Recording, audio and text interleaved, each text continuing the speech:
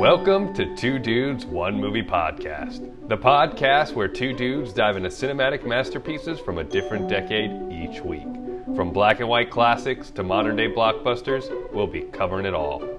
This season, we've been focusing on romantic comedies, and for our second episode of the season, we're boogieing on up to the 60s. A classic that has become culturally iconic for its femininity, glitz, and glam. We're not talking about lunch or dinner.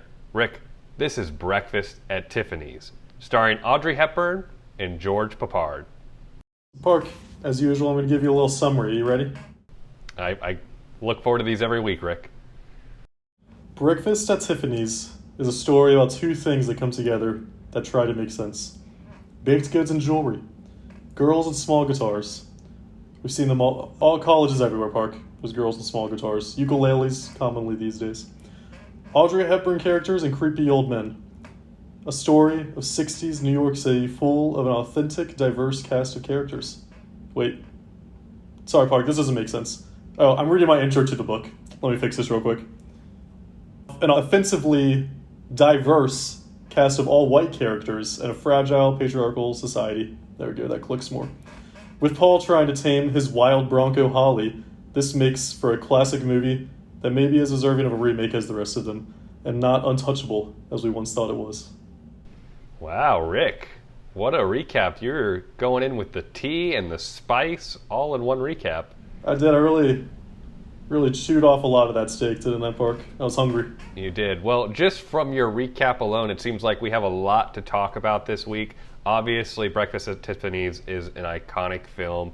It's synonymous with the glitz and the glam of the 60s, the costumes, and Audrey Hepburn herself. And I think when people look back at the movie, there's a lot of things that, don't necessarily hold up. It's true. All the great parts of the movie is obviously Audrey Hepburn, and we'll get into it. I also love 60s New York. It's fun to see. There's a lot of things that are ooh, a lot of lines that kind of make you cringe a little bit, hurt, Well, you and I think have varying opinions on this movie, but before we go any deeper into that, let's just dive into this. The good, the bad, and the ugly. Ready to get ugly with the Park. All right, so I'll start off with a few of my goods from this film. Number one, Audrey Hepburn. She really carries this movie in a lot of ways. Her character has so much range. Her performance is really strong, and it's so different from the character she played last week in a lot of ways when we were watching Sabrina from the 50s. It just shows how strong of an actress she is. Her character is all about being aimless, and she really nails that. Another good, the chemistry between Holly and Paul. I loved the banter and the dialogue between them. It's quick, witty, and fresh. There's a natural spark there that so many rom-coms fail to capture. And then finally, the costumes and design.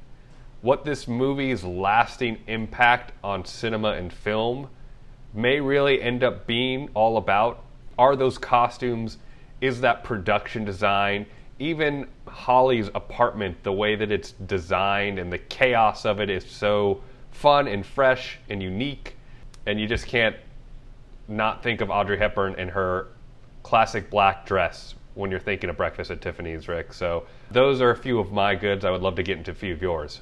Completely agree with you with all of them. I even wrote down, I think, all of them and plus a little more. Audrey Hepburn, of course, absolute star of this movie. The movie does not work at all with, I don't think, anyone else besides Audrey Hepburn. I also think Audrey Hepburn is the reason why the chemistry is so good. Paul's character is whatever. Honestly, yeah, I don't think he does a lot. I mean, he's your average white male in a rom-com at the end, right? So Audrey Hepburn, absolutely amazing. We just talked about the chemistry. I have chemistry written down.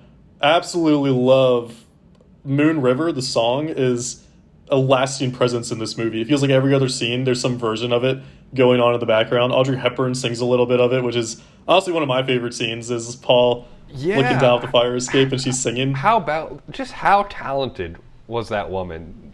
A voice of an angel on top of it all, Rick. I know, the voice was killer. And what's crazy is that they wanted to cut it out. They wanted to cut out her singing it, and they wanted to cut out a lot of parts of the song. And I'm pretty sure the only Oscars this movie won is because of the song Moon River. I think it all had to do with soundtrack and everything like that. So absolutely phenomenal. I think the song, and I just want to sorry, I'm taking a bit moment on the song. Moon River, probably one of the greatest songs of all time in Hollywood. I'm just going to say that. Oh, Rick. I don't have a list of them. That's a bold statement. I think I got too far. I got to say it there because to me, there's two things that work in this movie that we'll talk about it if this is deserving of a remake later. That would be hard to remake today. One of those things is like you would have to have Moon River in there as much because Moon River carries this movie just as much as Audrey Hepburn does. I don't think you could have this movie without either of them. I think that Moon River is similar to what a lot of older movies like this do. One movie that comes to mind for me is Casablanca. It has a very iconic song played throughout it, and that melody and theme is, sprinkled throughout the film, and Moon River is done in a very similar sense. Yeah, and it's like crazy to think about when I think about like in our society of like I'm like watching this movie and I've heard this song before, but I've never watched Breakfast at Tiffany's before. It was the same thing when I watched Casablanca. It's like I heard this before, but I've never seen Casablanca before. It's just incredible how ingrained those are, like in almost in our society, right? Mm-hmm. Other things I love, Park, about this, the good. Dude, Cracker Jack prizes were real back then, Park. They were real. Not these little like stickers or whatever we get now. This is the good old days, Park. We got stickers in our Cracker Jacks. Rick, what would you like to find in your Cracker Jacks? Oh my gosh, that is such a tough question. I would want to find. Can I like today? This is whatever, like today's culture. However you want to interpret this, Rick. So Parker, I came across a Facebook ad that A24, their website, is selling a metal version of Marcel the Shell. Don't know how much it is for. I would be stoked to open a pile of Cracker Jacks, I dump it on there, and there's just a little Marcel the Shell figurine. Can you imagine you just popping out those Cracker Jacks and you almost throw Marcel into your mouth, but you're like, wait, it's Marcel the Shell. That would live on my desk till the day I die. I would not want people to bring roses to my funeral to put on the tombstone. I would want them to bring little Marcel the Shell figurines. Well, Rick, I would bring Lint so that he could have a little pet. Oh yeah, that's what we would need. Yeah. That's what I want, Park. Marcel and Lint. Park, and the last thing I love is the furniture. It's crazy. It's absolutely crazy. The first thing I noticed about this is I'm watching the movie and I'm looking around the apartment because the apartment's so odd to me in a cool way. Her couch is a bathtub. It's literally a bathtub sawed in half and has a lounge chair cushion on it. It's so odd. You were talking to me before we started this recording. I have no idea how I didn't recognize that when I was watching the film. I mean, there's so much happening in that apartment where your eye is being taken in so many different directions. And that's a lot of this film throughout. But I didn't even notice that it was a bathtub. It's funny. And also, in the end of the movie, the bathtub is no longer a couch. So it's multifaceted bathtub, Park. Yeah. It's no longer a couch. It holds plants now. It held quite a few plants. It was a shelf. Well, Rick, that begs the question. Is it a couch? Is it a bathtub? Or is it something else entirely? Also, whose demand was it to put the bathtub in here? Do you think Audrey Hepburn was like, I cannot do this movie if there's not a bathtub in the middle of my living room in this apartment? That's going to make or break the character. My character is nothing without this bathtub. I don't know. I would like to think it's part of, that was the art director and the director coming together with that brilliant idea, but we may never know the real answer behind that, Rick. It's true, we may not, Park. Well, Park, let's get into the bad. Tell me your bad. Rick, I think we're going to have differing opinions on this, but one of the bads for me is the lack of direction in this movie. And before everyone jumps on their high horse, I know it's intentional. I know that this movie is supposed to kind of mimic Holly's character and her aimlessness, but just because it's doing that intentionally doesn't mean that I was enjoying it, and narratively it left me unengaged.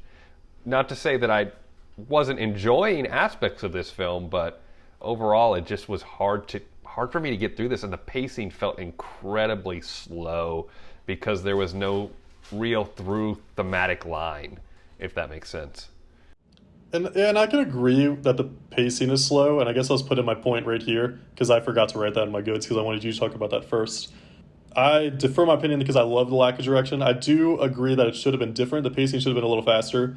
Our tomato friend gang that she was getting paid to go visit this mobster, I like think that should have been played out a little more. It was just interesting. There's a lot of little interesting stories that I wish came through more from the book here. Yeah. That I think would have added a lot to it, even in its lack of direction. I really think like halfway through the movie, it kind of picked up a lot though, because I think it did get a lot of direction. That this turned into our boy Paul chasing the girl, right? I think it got there, but For sure, yeah. It hits that kind of classic boy chasing after girl story beat.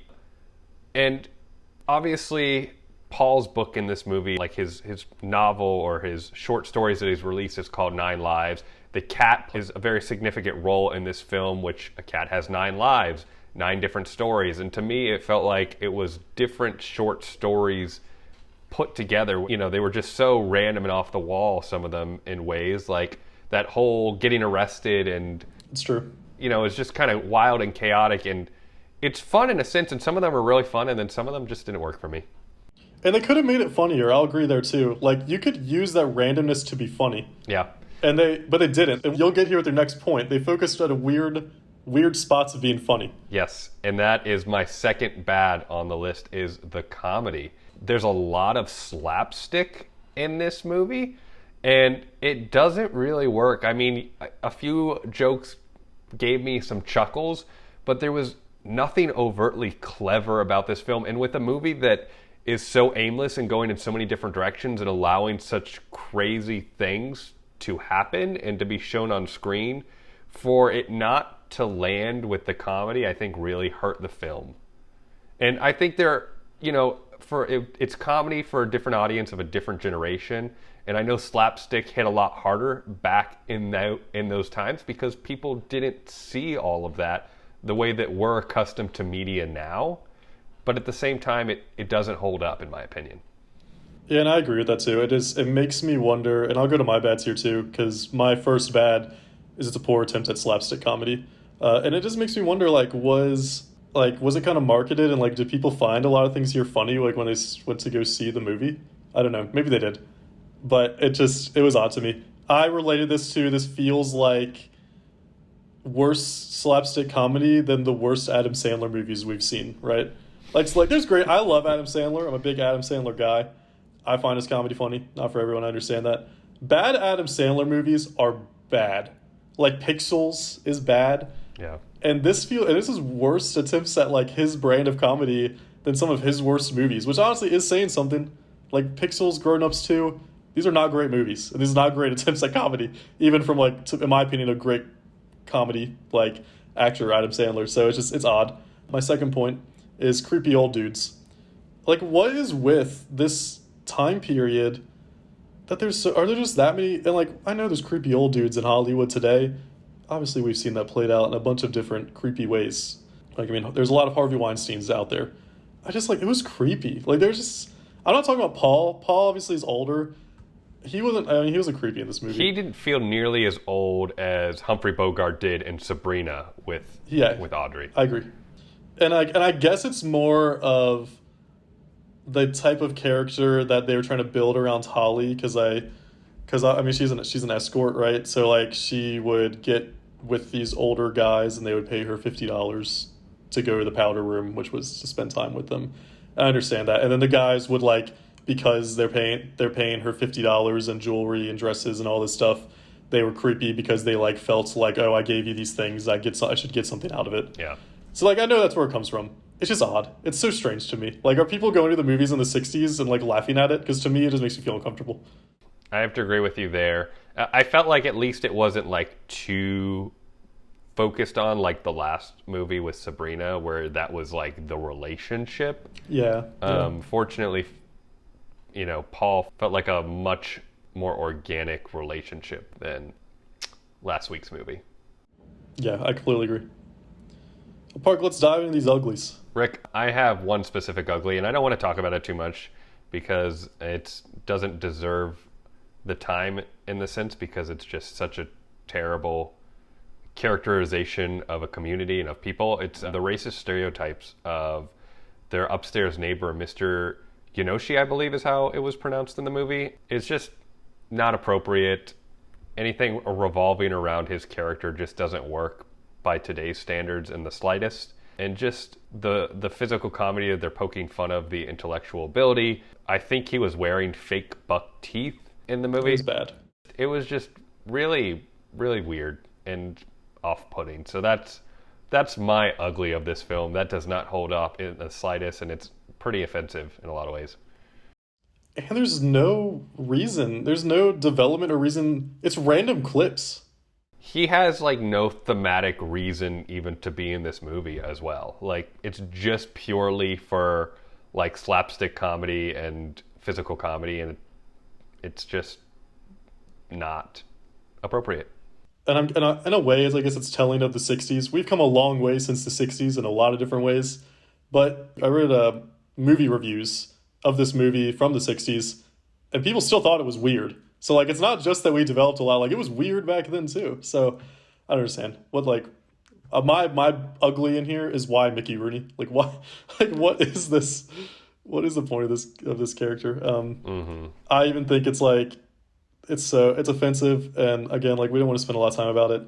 The one point I can't get off of my head is, like, is this, what, like 16 years after World War II and some of the events that happened in World War II? And, like, we're just attacking this group of people. Like, this is bad. It's bad to me. Yeah. It's so bad. It's interesting. I mean, obviously, during that time, Americans were getting involved in Asian countries. You had Korea, the Vietnam War. So maybe there's a cultural significance of why they went in that direction because of something like that.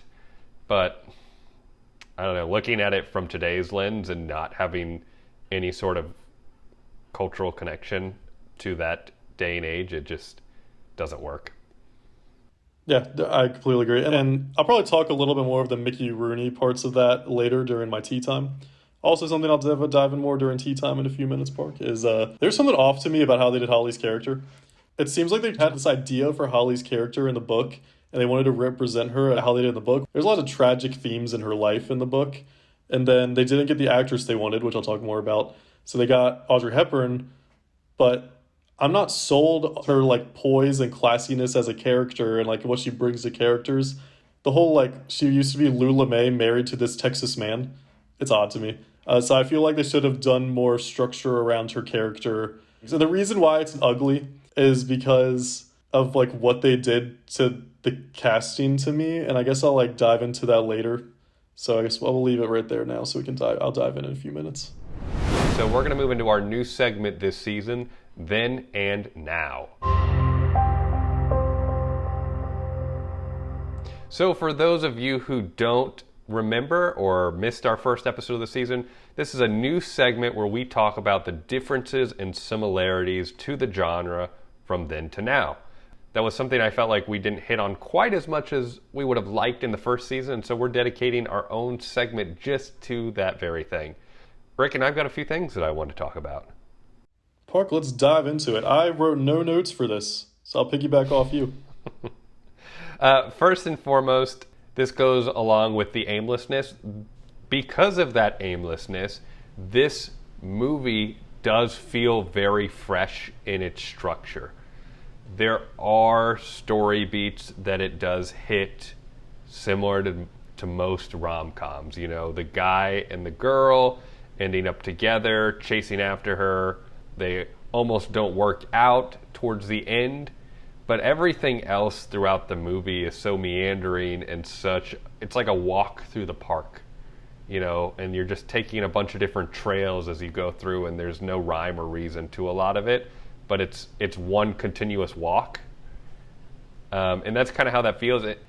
I didn't love it. It was part of my bad.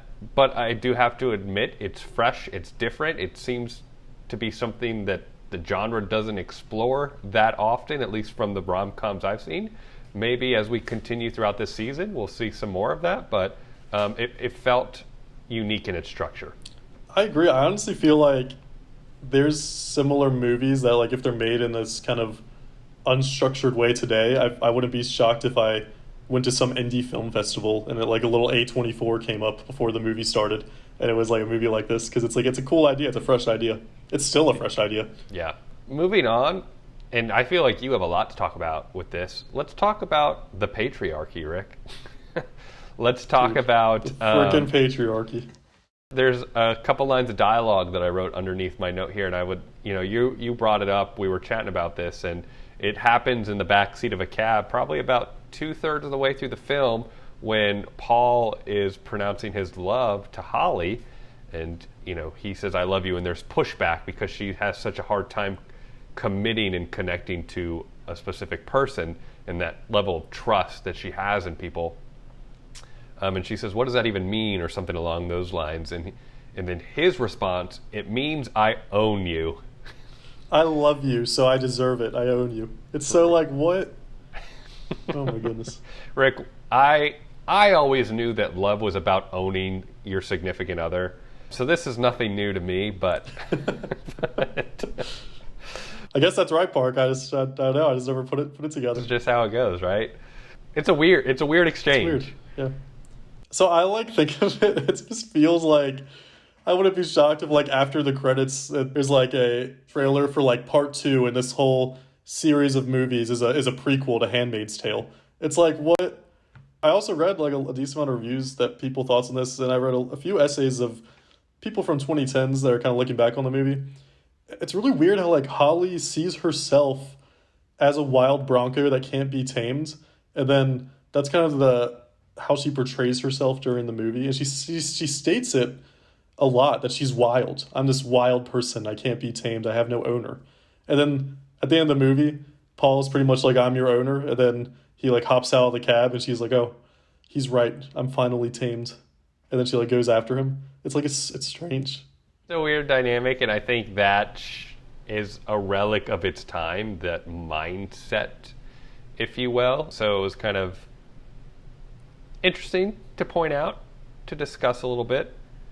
On the flip side of things, I think while this movie shows its age in that aspect, I felt like it was a little ahead of its time as well. This movie came out in 1961, and it was kind of at the cusp, not quite when the era of New Hollywood began. And when I say New Hollywood, I mean the next wave of young filmmakers, that generation entering the studio system and creating their films. Spielberg, George Lucas, Francis Ford Coppola, all these folks who went a little more hardcore, because the 50s and early 60s and even the 40s are kind of synonymous for musicals, for lightheartedness, for happy endings. Even Invasion of the Body Snatchers from last season has a happy ending, which I think if that movie was made in the 70s, it might not have had as happy of an ending. There is a 70s or 80s one. We could watch that one day. See if it did. And that's true. And so while this movie, quote unquote, has a happy ending, it felt ahead of its time in the sense of it was racier than a lot of things. It was kind of this quirky tone, but it had a lot of adult material within it that wasn't necessarily shown or addressed much in movies earlier than when this came out. Of course, this is such a loved movie, and in the way, Holly and her style, she's such a great kind of strong female character. So I understand where a lot of that allure and everything comes from. I mean, Audrey Hepburn is obviously incredible in this role. She carries the whole movie. She's an independent woman. There's a lot of cool parts of this, and it's we look back on these 50s and 60s and these different ideals back then, and it's ugly. And I mean, again, we just talked about love means you own the other, you own the woman in the relationship and all this stuff. But it's nice to see that there is characters and there's people in Hollywood that were trying to break that mold, and they were these people that people looked up to and kids looked up to. So it's, I don't know, it's cool. I think there's just so much in this film that, to me, I was oh wow, I'm surprised they did that. Obviously early in the film, Audrey Hepburn and Holly and Paul sleep in the same bed when she kind of sneaks up into his apartment. And I was I feel like that wasn't done that much during that era. When they first meet and she's getting dressed, showing, her bra underneath her dress, just little things like that I feel we're probably pushing the mold a little bit for that era and that generation. And then even later in the film, when they're at not necessarily a strip club, but, at a bar with a performance where it's teased that she's showing her bare chest, these things are racier than what movies were known to be during that era. And I don't think they really start moving more in that direction until really the mid-60s and beyond. For a long time, they wouldn't show, I guess on TV, they wouldn't show people sleeping together, so they always showed the two separate beds. Real quick in this movie, Audrey Hepburn's character Holly, falls asleep in Paul's bed. Yeah. Which I didn't really thought about until just now. I was like, it feels a little dicey back then, Park. I know, yeah. That was really one of their first true bonding moments, and it kind of starts off with something like that. It was mature and beyond its years, I think, in ways. I guess this will carry us a little bit into Spill the Tea, because now I'm going to talk about stuff behind the movie. This doesn't feel like a tea time moment, so I'm just going to say it now. It was very interesting. The writer of the script actually put a lot of heavy sex scenes just focused on Paul's character in the script, because he knew that the censors would focus more on men having sex than all these other things around a female having sex, or provocative things about, I guess, a female. So everything of Audrey Hepburn's character was in there, but he was oh, the censors are only going to focus and tell me to change one thing, and it's going to be about a man having sex and a man having all this stuff. So he wrote this crazy story about Paul, put it in the script, gave it to the censors, and the censors said, just take this out and you're good. And he was able to leave all the other stuff in there. Incredible. This is very interesting how he went around. And obviously they still could never really talk about and give you the actual name of what Holly's character did. All I know is that they were very, very against calling her a call girl. That was a bad word. They did not want her to be called that. It's interesting. Different era, isn't it, Rick? Park, it's time to spill the tea.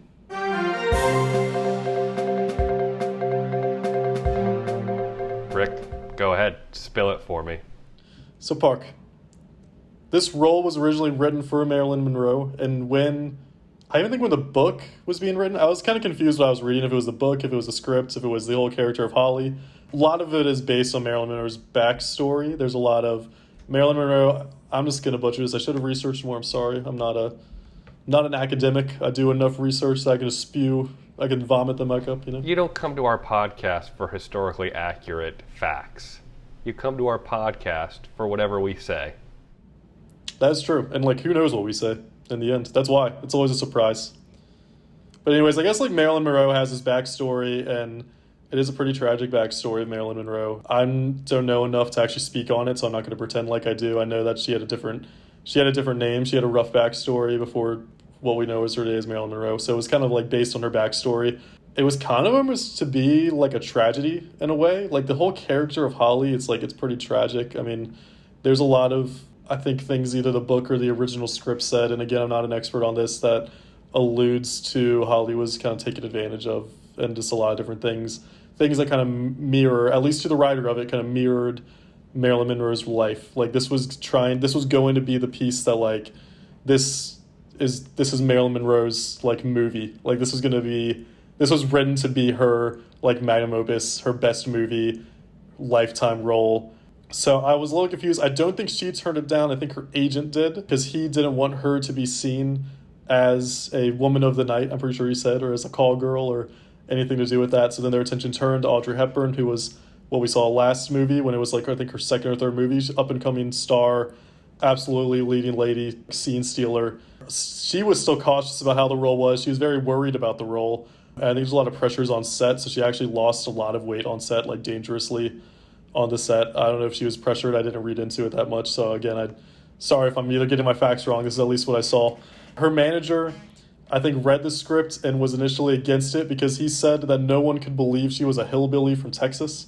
Because Lula May, this version of her is, I guess, a role, which just makes me think, I'm just reading it, and this is just weird. Pains me, why was Marilyn Monroe just seen as a sex symbol and nothing else in the 60s? I'm reading these article clippings and these different things from the 60s, and all anyone ever thought of Marilyn Monroe is pretty much not what I feel people thought of Audrey Hepburn, which just makes me sad, because Marilyn Monroe was obviously incredible, and she would have been incredible in this movie if she was. But all she was seen as just how pretty she is and just for her body, and that was it. And that was the only reason why they wanted to cast her in this movie. Yeah.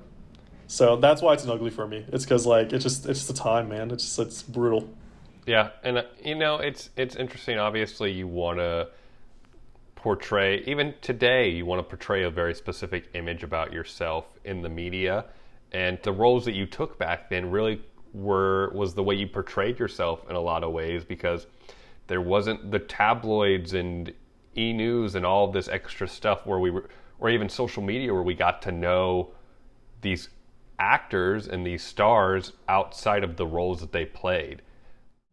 Yeah, and again, I don't want to pretend to know what Marilyn Monroe wanted herself to be portrayed as. When I was reading different ways of how people thought of her, especially with trying to get this role, felt like she was kind of written off as just like an item, right? Like she was just a thing.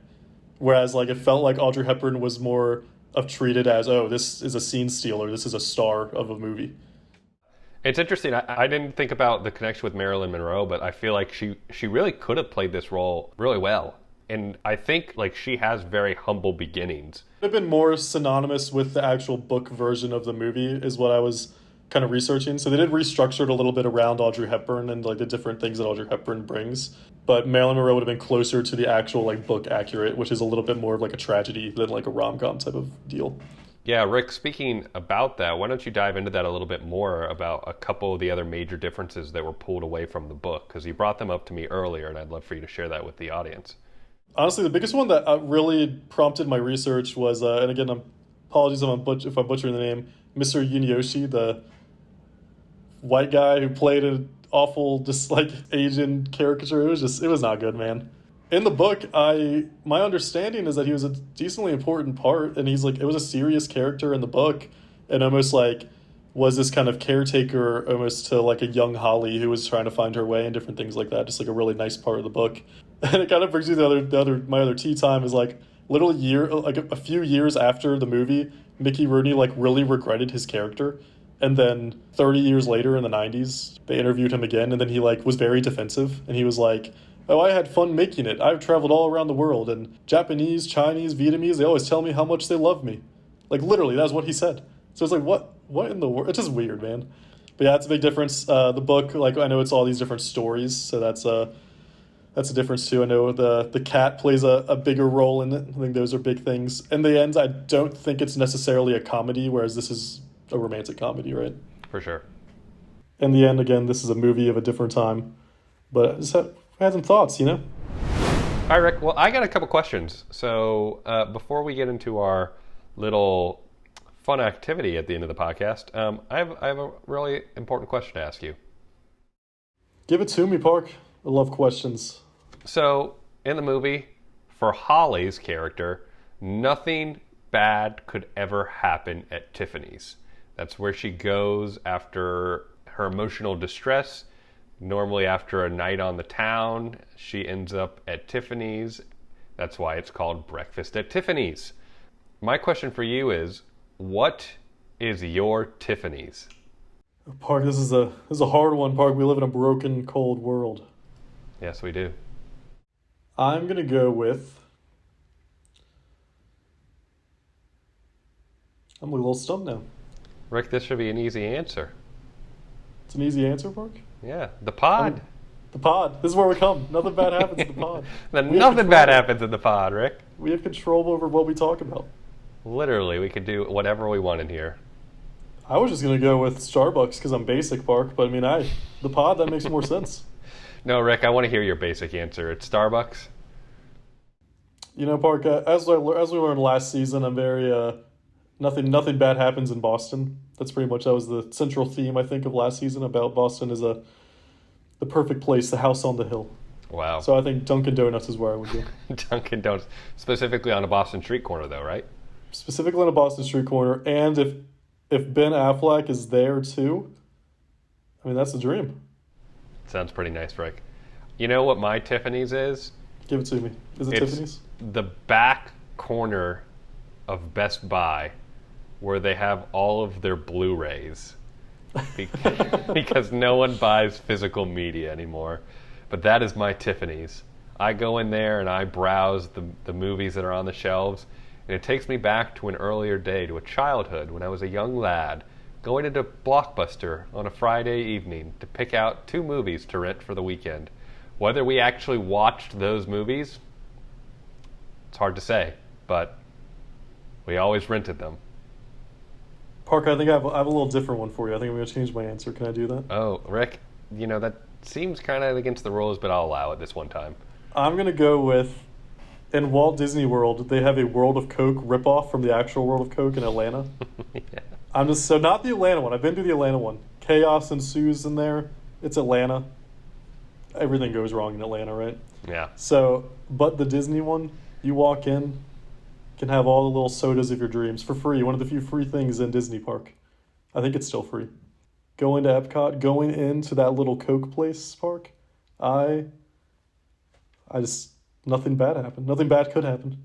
I also enjoyed Epcot, but I don't think I've actually been to the little Coke place. But I've been to, I love the ball ride that's super boring for most people. That's true. That's a safe place too. Epcot has a lot of safe places. The Frozen ride. Ooh, feel cozy in the Frozen ride. Mm-hmm. Don't forget Soarin', the paragliding ride. Soarin', great one. Did you know I actually was on Soarin'?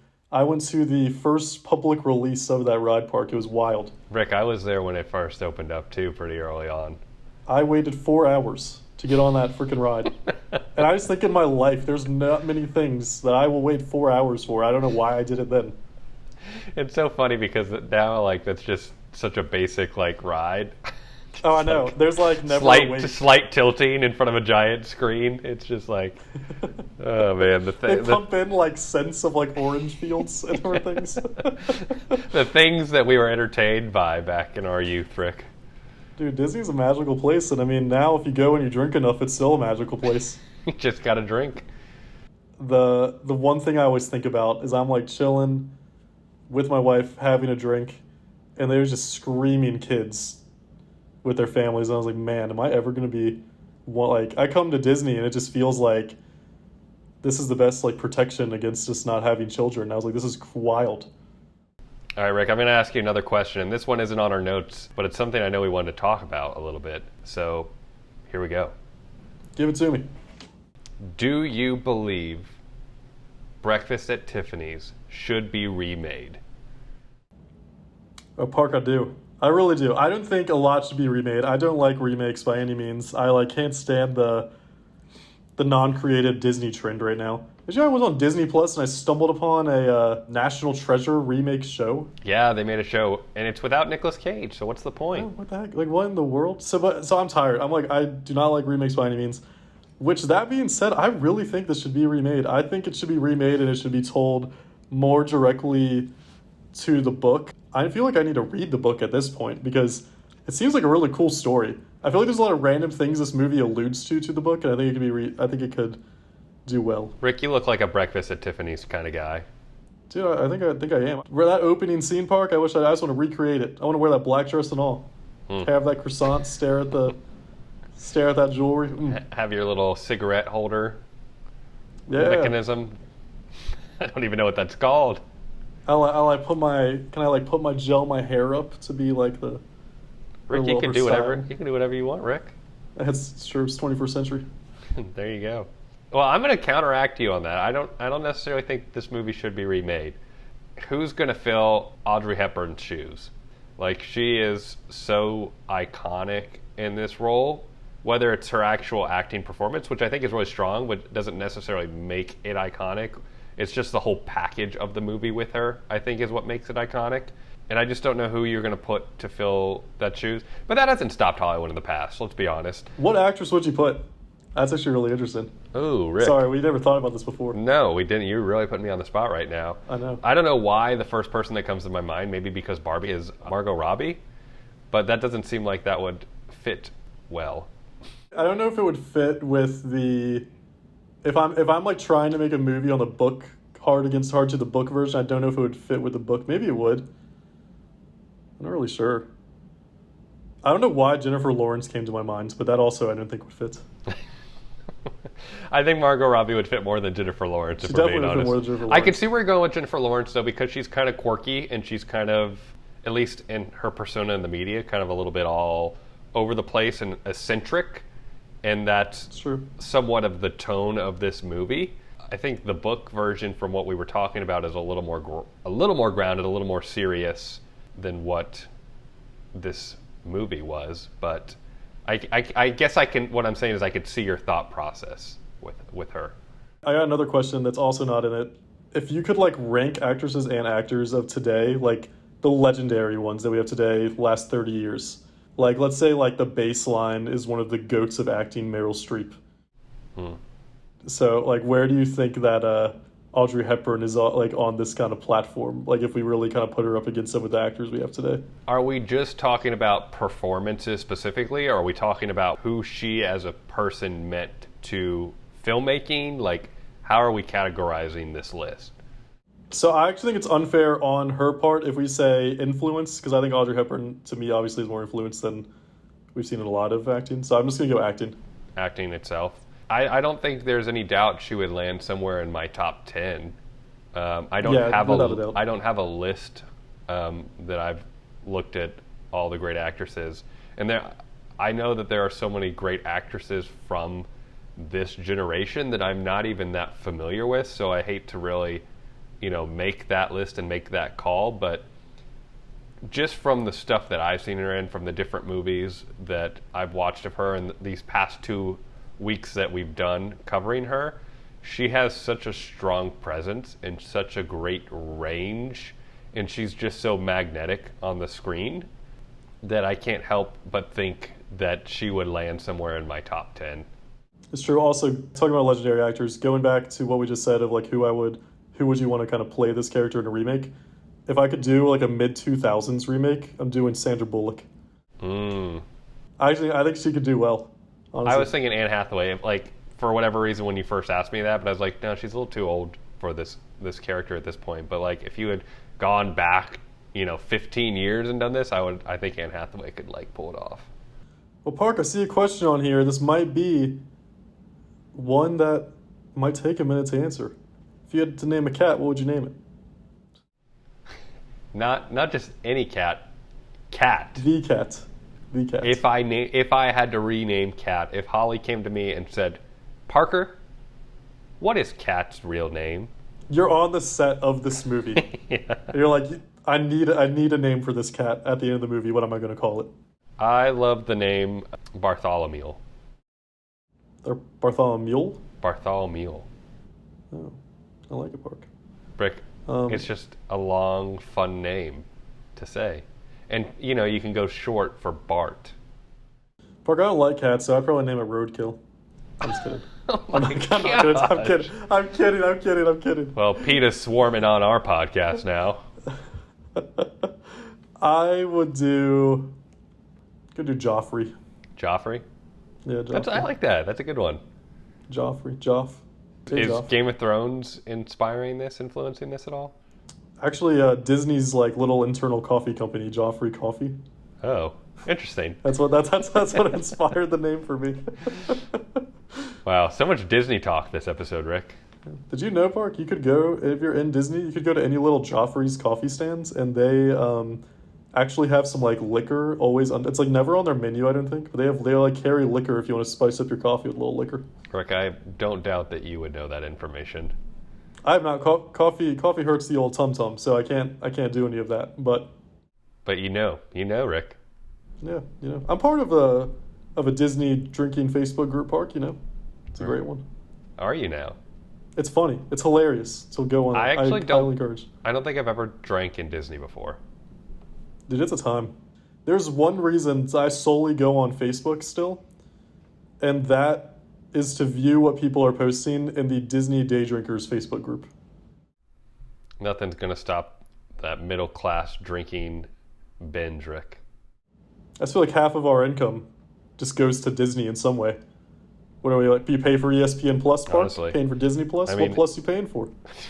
All of the pluses, Rick. It goes right to Disney. Seems like there's more pluses every day. And go see a movie at anywhere, and like 80% of that's going to Disney somehow. Disney owns everything. Yeah, and a majority of my paychecks are from Disney. It's true. Disney owns me. The movie that the money that Disney gives you just goes right back for whatever entertainment you consume. It's brilliant. Well, Park, I have a surprise. Rick, I'm excited. You said that I'm in for a trip this week. Yes, I think the audience is too. I think this could be an utter fail completely. This could be the worst activity that we have done. But Rick, is it fun? That's what's important. I think it's going to be fun. I think this could be a disaster class or a master class, Park. We are going to try our hand at sketch comedy. Sketch comedy. Oh my. There's zero script or preparation here. Oh, no. So I will say I don't want to steal someone's idea. This is inspiration of one of the Friday Beers podcasts. Great guys, Friday Beers. And just sketch comedy. I guess, Park, you live in Atlanta. I saw some sketch comedy in Atlanta. It's great. So that's what's inspired this idea. All right. I have 2 scenarios, Park, that we're gonna go through. Gonna assign us kind of characters here. Okay. Okay. Are you ready? I'm ready. Before this, Park, have you ever tried your hand at sketch comedy? No, never. You have not. I have not either. I don't know how this is going to go, but let's give it a shot. Scenario 1, Park. These are all inspired from the movie. Both of these are inspired from the movie, by the way. I am the owner of a couch company. I am trying to sell you a cut-in-half bathtub as a couch for your new apartment. Okay? All right. So are we like improving? Is that how this works? That's it. Yeah, we're improvising a conversation of me trying to sell you a couch cut in half as a bathtub. Okay. So you walk in. I'm going to talk to you right now. Okay, you ready? Okay. Sir. Oh, hello there. What brings you in here today? You're literally the only person I've seen today. It's a Sunday afternoon. Well, I was just driving down the road in my pickup truck with my puppies, and I thought, what a great little furniture store. So I decided to mosey on in. What kind of couch are you looking for? You looking for a couch? No, I'm not. But what you got? Well, I have this extremely brand new. We just got it in today. I only have 2 of them. It has a little cushion part. Let me just look at this. I know what you're thinking. It kind of looks like a bathtub. It's not. This is a beautiful, brand new piece of furniture, custom built for your body. Oh my goodness. It's so hard, but it does look very nice. Well, there's a twin jet setting on this Park. All you have to do is connect a little hose to it, give a little gentle massage in the back as you're cozying up on it. Does that mean my puppies can fit on it too? Little Gizmo and Gidget? They can, Park. I made this for you. I cut it in half. You might notice back at your house you might not have a tub anymore. Oh my gosh. How do you know where I live? Well, Park, I knew you were coming in today. There's a reason. This is not even a furniture store. What do you mean? This was all set up just so we could have this conversation right now. What conversation are we having? When you go back home, your wife might not be there anymore. What? I didn't know I was married. I had to destroy the evidence of what happened in this bathtub. Well, what evidence are you referring to, my fine gentleman? Well, let's just say the other half of the bathtub is stained. That's why I had to cut it in half. You spilled grape juice on it, didn't you? That's all I did. Well, anyways, this is about $3,000. What do you think? Rick, I'm thinking of maybe $5,000. How about that? You're going to give me $2,000 more to have evidence of what happened here before and you're back in your house. Well, Rick, it sounds like it has some history, and it has a story, and that automatically elevates the price of any piece of furniture. This is true. It's a deal. All right. Well, I can't wait to get it back to my house where I don't have a bathtub anymore. Oh, that's it. That's all. Rick, that was something. I don't know how I felt about that, but we went with it. Rick, I don't know if that was a masterclass or a disaster. I'm not gonna lie. There we go. Sketch comedy. We did that. Let us know how we did. Probably don't let us know. No, don't let us know. It's. I don't think it's gonna be nice things. So keep it to yourself. Remember, only nice things in the comments, please. Remember only nice things. Remember, we are only experts of nothing. We are experts of nothing. We've reached that part of the podcast, the part at the end of every podcast, and specifically with romantic comedies, where we rate our rom-coms on a scale, but not just any scale, Rick. The rom and the com scale. So, for those of you who don't remember from last week, we are going to individually rate the romantic aspect of this movie from a scale of 1 to 5, and then the comedic aspects of this movie from a scale of 1 to 5, add those two numbers up together, and that will be the score out of 10 for this movie. Yeah, generally, anything below 5, it's a pass. 5 or over, it's a recommend. Yeah, 5 is that iffy ground where you could kind of use your own, jurisdiction, if I may say. Wait, Spark, I'm going to go first. I already have my rankings in mind. Do you mind? Right, go ahead. Com scale, I'm going to go a 1. I would go a 0, but as I stated, we have a rule. If you're making an attempt at comedy, don't think it can be a 0, right? So I'll go a 1. Fair enough. If any film deserves a 0, it's probably this one for some of the jokes they try to attempt to make, but that being said, I'll go a 1. Romance, I love the chemistry, I love the romance, I'm going to go 4. Because I do think this movie, I want to make this movie a 5. I do think it's in that middle ground, but I'd honestly recommend this movie. I'm really going to follow the same beat as you right here. I give it a 1 for its comedy. There was maybe 1 or 2 jokes that I got a kick out of. The one that comes to mind is her friend that passes out after drinking at the party. I thought that was a little funny, but it just wasn't that funny, and there was a lot of offensive stuff in there. And then the second aspect, which is the rom, I'm going to go ahead and give it a 4 as well. I actually really enjoyed the chemistry of our two characters. The dialogue and the banter was there. They were fun on screen together. When they were going on their dates, doing things for the first time in New York City together, it was just a great and engaging sequence. And so I really enjoyed the two of them throughout this film, and it's what made this movie enjoyable for me. So I'm in the same boat. I'm going to give it a 5 out of 10. Definitely lower than I would have thought this movie would have landed. The scale doesn't lie, Park.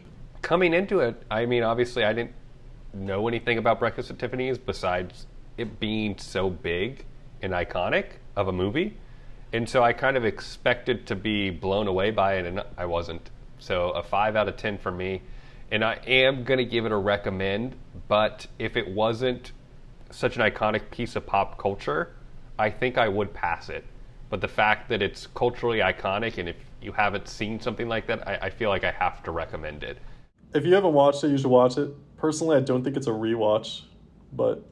Yeah. Mark, what are we watching next week? Give it to me. Rick, we're continuing our journey back to present day, and so that means next week we're moving into the 1970s, and there's a lot of rom-coms I have not seen from the 1970s, and so we kind of just went with an easy pick because it was at the top of a lot of lists.